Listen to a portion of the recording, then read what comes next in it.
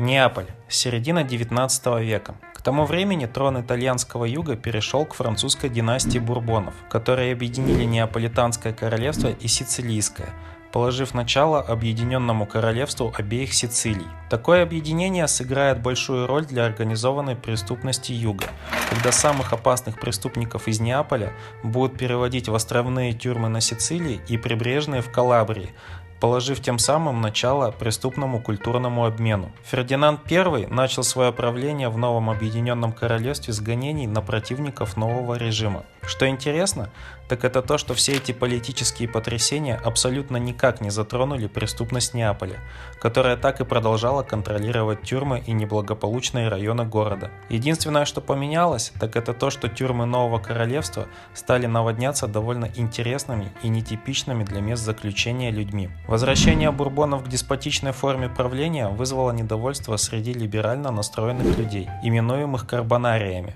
Карбонарии, что дословно переводится как «угольщики», это были члены тайного политического сообщества, возникшего на юге Италии в годы наполеоновского правления. В движении карбонариев участвовали разнородные социальные силы, от либерального дворянства до низшего духовенства, крестьян и ремесленников. Руководящей силой движения карбонариев была буржуазия, а также офицеры. Главной целью движения было объединение Италии в единое государство с конституционной монархией. Структура общества карбонариев повторяла структуру масонской организации с ее иерархией, сложной обрядовостью и символикой. Тайные клубы карбонариев, устроенные наподобие масонских лож, расселились по всей Италии, особенно многочисленны они были в королевстве обеих Сицилий. В 1819 году в королевстве обеих Сицилий на 25 человек приходилось по одному карбонарию. К 1820 году общая численность карбонариев достигла 700 тысяч человек. Будучи организацией масонского типа,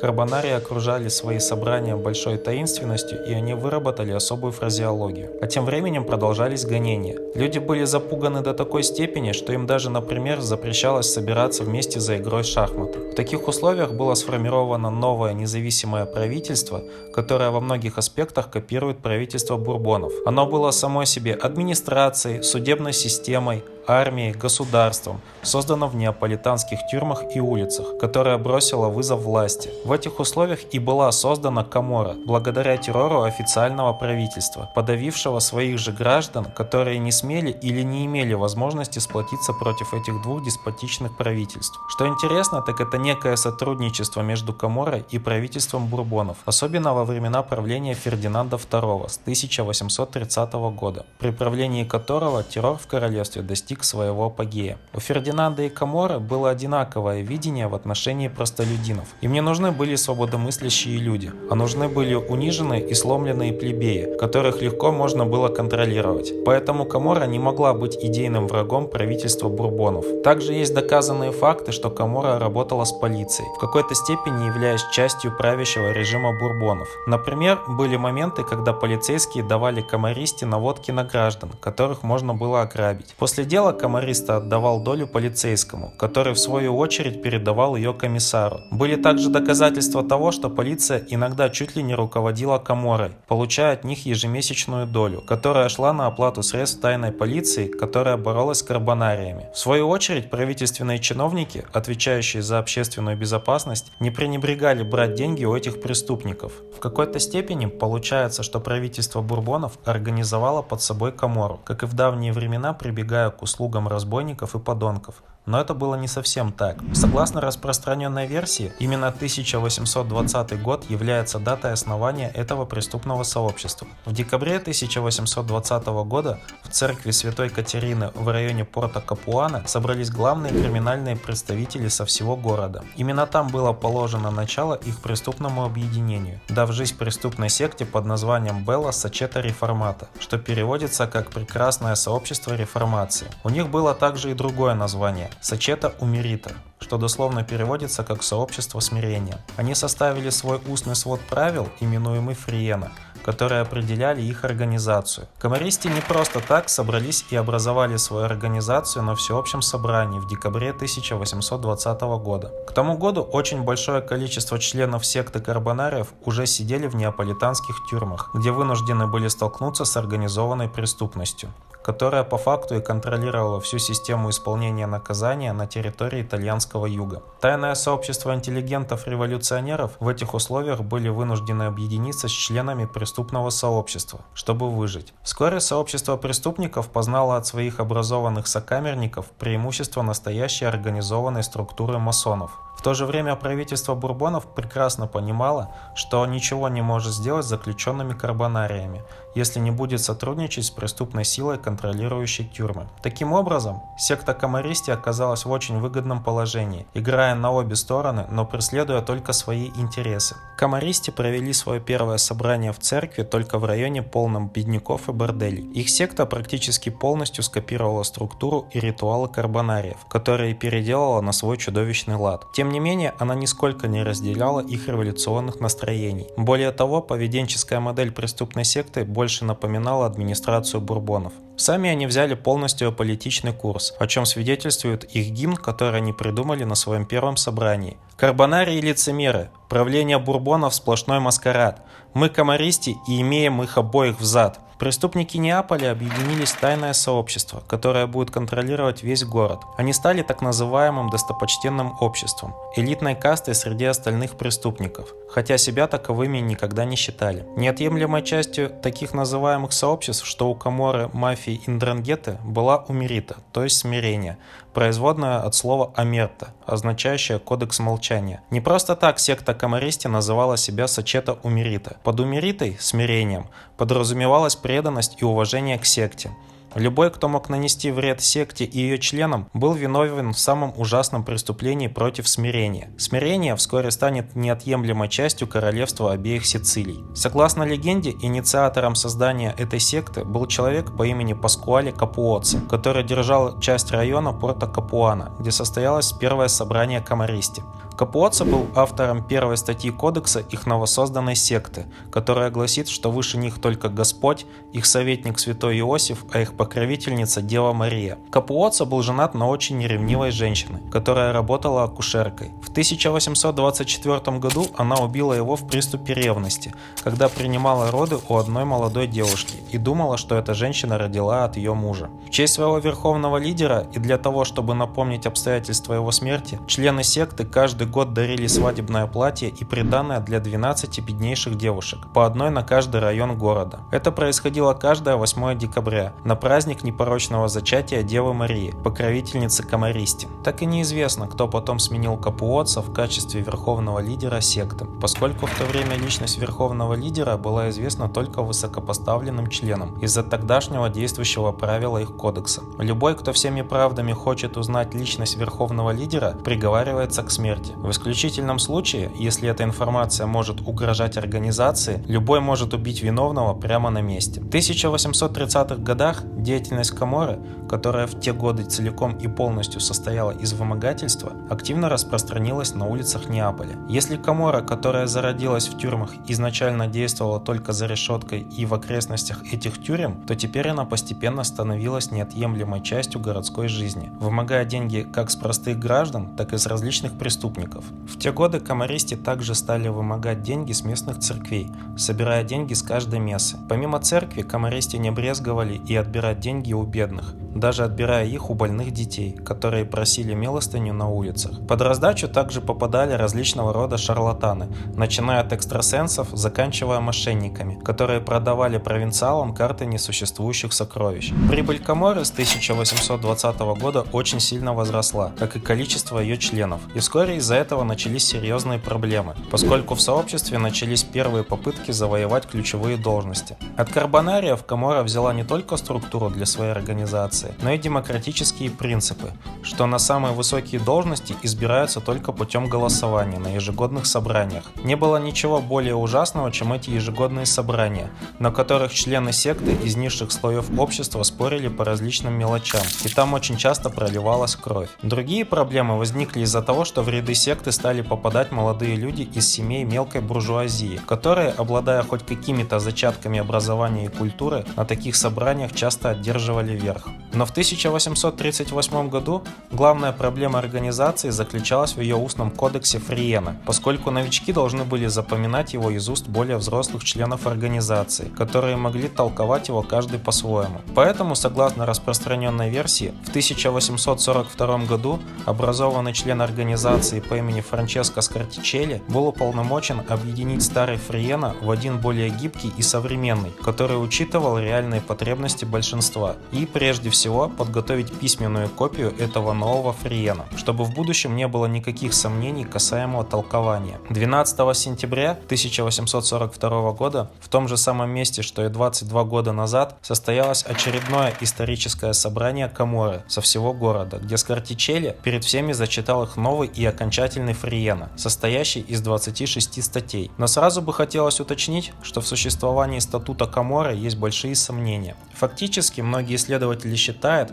что письменный документ, составленный Каморрой, не может существовать по одной простой причине. Почти все члены Каморры были необразованы. В связи с этим не могли ни писать, ни читать. Более того, для тайного сообщества было бы глупо оставлять письменные следы своего существования. К тому же, как говорилось, их кодекс был устным до этого, система правил и ценностей которого уже к тому времени прочно въелась в неаполитанскую жизнь, что не требовалось его письменного экземпляра. С другой же стороны, те, кто разделяет версию о существовании письменного кодекса Каморры, исходят из предположения, что он был записан исключительно для внутреннего пользования, или скорее как документ, предназначенный для распространения между высшими чинами Каморры. Это было что-то вроде меморандума, который должен был передаваться следующему поколению каморристи. Также есть сомнения в существовании самого Франческо Скортичелли, который не упоминался ни в одном документе, кроме как книги, написанной писателем Франческо Мастриани и профессором Абелем де Блазио. Марк Монье, один из первых исследователей Каморры, считал, что этот письменный кодекс был всего лишь выдумкой какого-то журналиста или писателя. Существовал ли на самом деле кодекс или нет, но сторонники этой версии говорят, что около 1860 года этот Фриена сократят до 24 статей. Как и у любой секты в мире, у Каморры был собственный сленг и язык жестов. Например, высокопоставленные члены именовались титулами «маста», «си-масто» или «капо-маста», что дословно переводится как «мастер», «господин», «босс» или «учитель». Рядовые члены секты назывались компанией, они же товарищи. Когда рядовой член, гуляя по городу, видит высокопоставленного, он должен снять свой головной убор и поприветствовать его.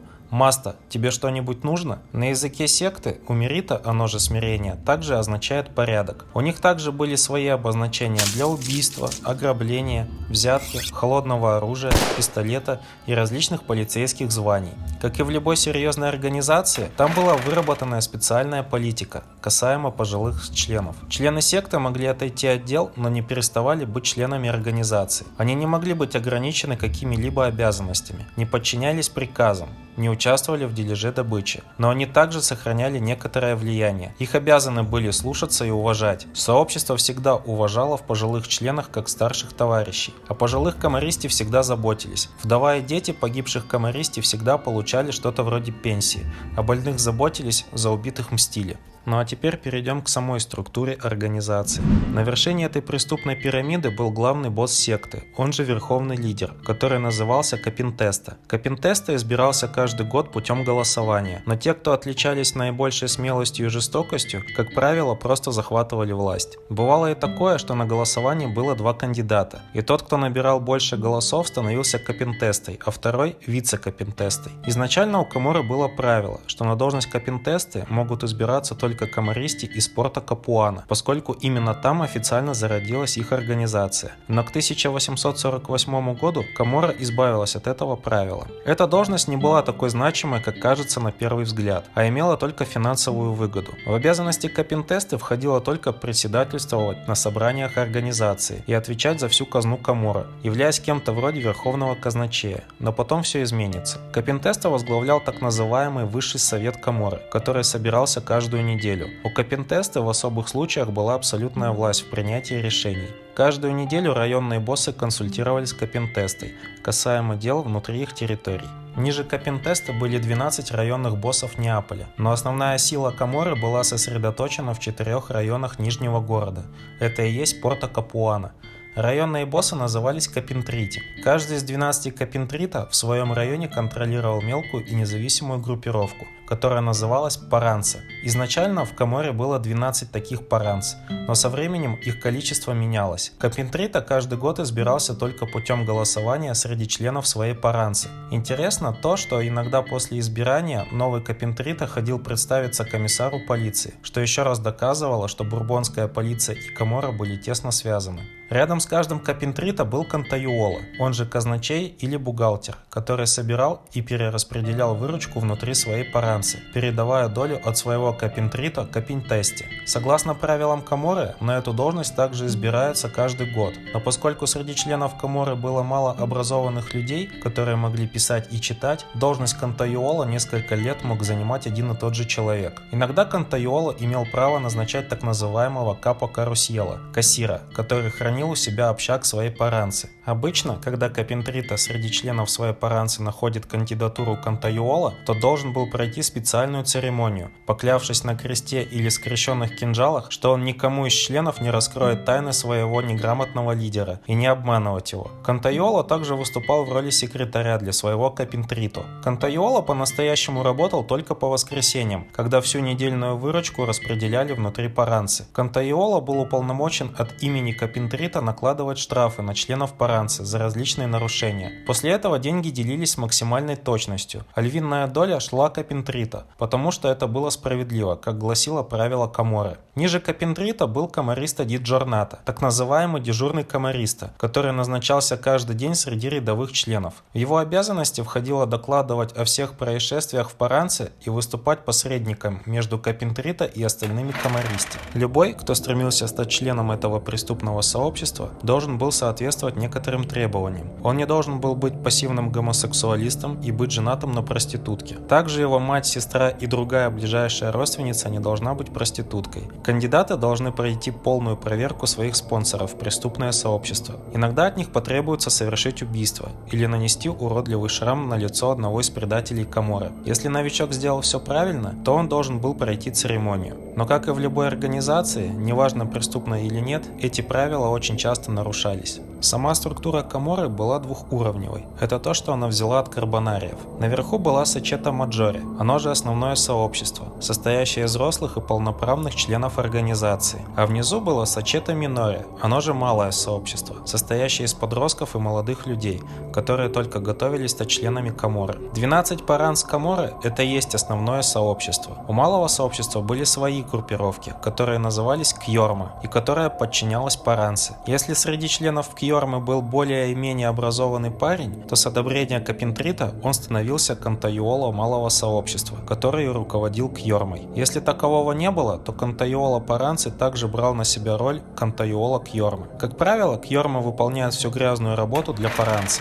У новичка было всего два пути стать членом Каморры, либо с самого детства, либо уже во взрослом возрасте. Взрослому надо было совершить убийство и усиленно доказать, что он может быть полезным сообществу. А вот с детьми было все куда интереснее, поскольку Каморра в буквальном смысле выращивала себе замену. В Неаполе еще в давние времена был тип подростков, которых называли гуальони. Гуальони представлял из себя типичного малолетнего уличного беспризорника, которых было полно на улицах. Именно такие и стремились стать членами Каморры. Эти мальчишки берутся за любое поручение, которое может предложить малое сообщество. Если мальчишка доказал, что может быть полезен организации, то они берут его под свое крыло. С этого момента ему был присвоен ранг Тамуро. Он еще не член малого сообщества, но уже имеет право ссылаться на него в случае чего. Как только мальчишка достигает определенного возраста, обычно это происходит спустя год или два с момента присвоения ранга Тамуро, и он уже показал себя достойным, то он проходит свою первую церемонию. Он обращается к кантаюола кьормы, который в свою очередь обращается за одобрением к камаристи из паранцы, а потом все решает капентрито.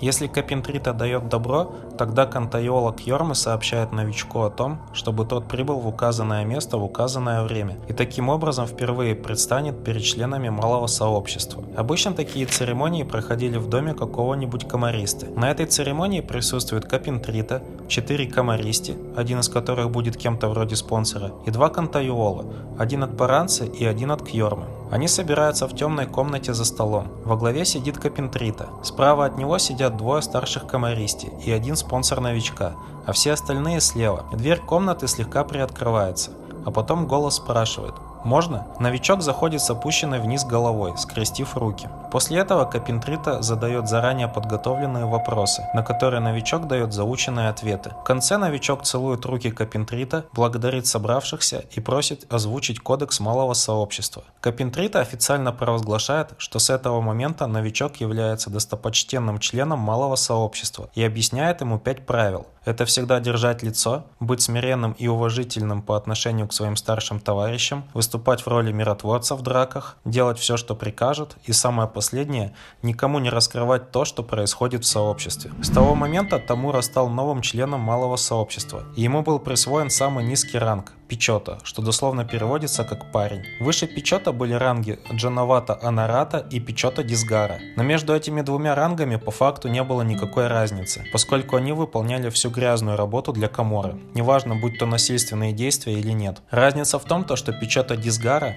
в отличие от остальных, имел право оставлять себе 50% от своей доли на улицах, в то время как остальные были вынуждены заносить всю сумму в общак. Несмотря на различия рангов внутри малого сообщества, их обязанности всегда были одинаковы, особенно если это касалось тюрем. Если они были на свободе, в их обязанности входило это помогать тем, кто выходит на свободу, и сообщать обо всем Кантайола. Если они сидели в тюрьме, они должны были: первое – это распределять места в камерах, и второе – шпионить за заключенными, которые не были членами Каморы. Как и камаристи в Паранце, среди Пичоти в Кьорме также каждый день избирался дежурный Пичота. После того, как Пичота показал себя, он должен был пройти жестокую церемонию, чтобы стать Джановата Анарата. В комнате собираются члены сообщества, вооруженные кинжалами, а на полу или столе лежит монета. После сигнала они начинают бить по ней кинжалами. Задачей новичка является взять эту монету или хотя бы попытаться. После этой церемонии на руке новичка на всю жизнь остаются шрамы, а сам он получает ранг Джановата Анарата, что означает «достопочтенный юноша». Зная обряды посвящения Каморы, когда полицейские задерживали подозреваемого, они сразу осматривали его руки на предмет шрамов, тем самым выявляя его принадлежность к секте.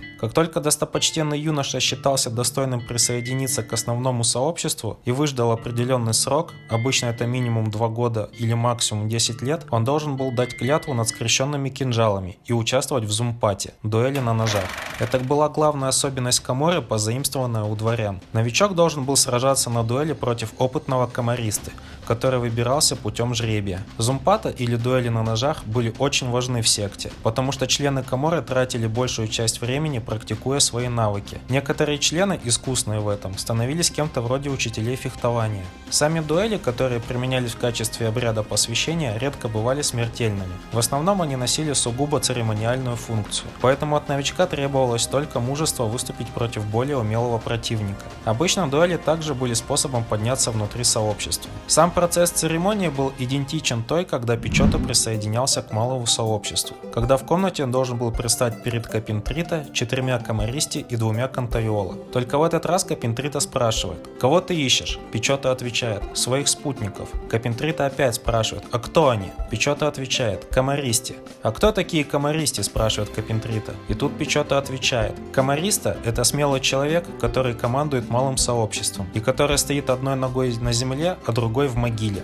После этого Капентрита совещается с Кантайола Кьормы и дает добро на проведение дуэли и заставляет Пичота произнести вслух клятву верности организации. Для проведения дуэли отводится 15 дней. Это время для подготовки, а также возможность для несогласных высказаться против кандидата. В назначенный день дуэли Капентрита, Кантайола и члены основного сообщества идут к Капентесте, чтобы тот оказал честь председательствовать во время поединка. Место проведения дуэли обычно выбиралось в непосредственной близости от таверн. Бойцы выходят в круг. Капентрита сам выбирает участникам одинаковое холодное оружие, в котором в основном всегда были кинжалы, и дает их дуэлянтам. Как уже говорилось, цель таких дуэлей заключалась вовсе не в убийстве своего противника, а в испытании характера новобранца. Но от него все равно требовалось ранить своего противника. Например, если опытный камариста понимал, что еще его малоопытный юный противник не был в состоянии это сделать, он отказывался от дуэли, добровольно порезав себе руку.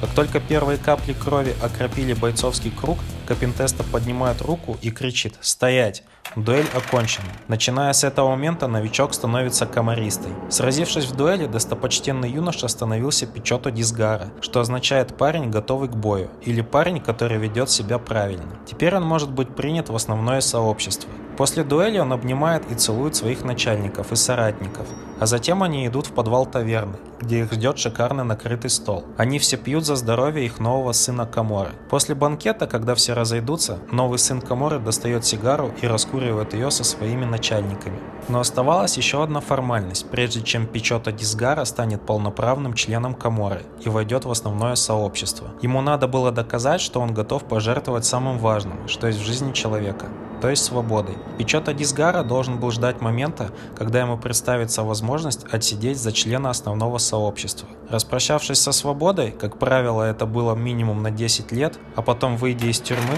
он теперь был готов войти в основное сообщество. После этого наступает формальная церемония, на которой Пичото Дисгара принимается в основное сообщество и становится полноправным членом Каморы. Церемония проходит в темной комнате, где единственным источником света выступает свеча на столе посреди комнаты. Кандидат садится за стол, на котором лежат кинжал, заряженный пистолет и бокал с отравленным вином. К новичку подходит человек и пускает из его руки кровь с помощью кинжала. Затем новичок протягивает окровавленную руку своим товарищам и клянется подчиняться приказам своего капентрита и не раскрывать секреты сообщества. Затем одной рукой он берет пистолет и приставляет его к виску, а второй рукой берет бокал с отравленным вином и подносит его к губам. Он клянется убить себя, если ему прикажут. Потом капентрита в театральной манере отбирает у него пистолет и стреляет в воздух, а бокал разбивает об пол. Новичок опускается на колени. Капентрита, положив руку на голову парня, произносит последнюю часть ритуала.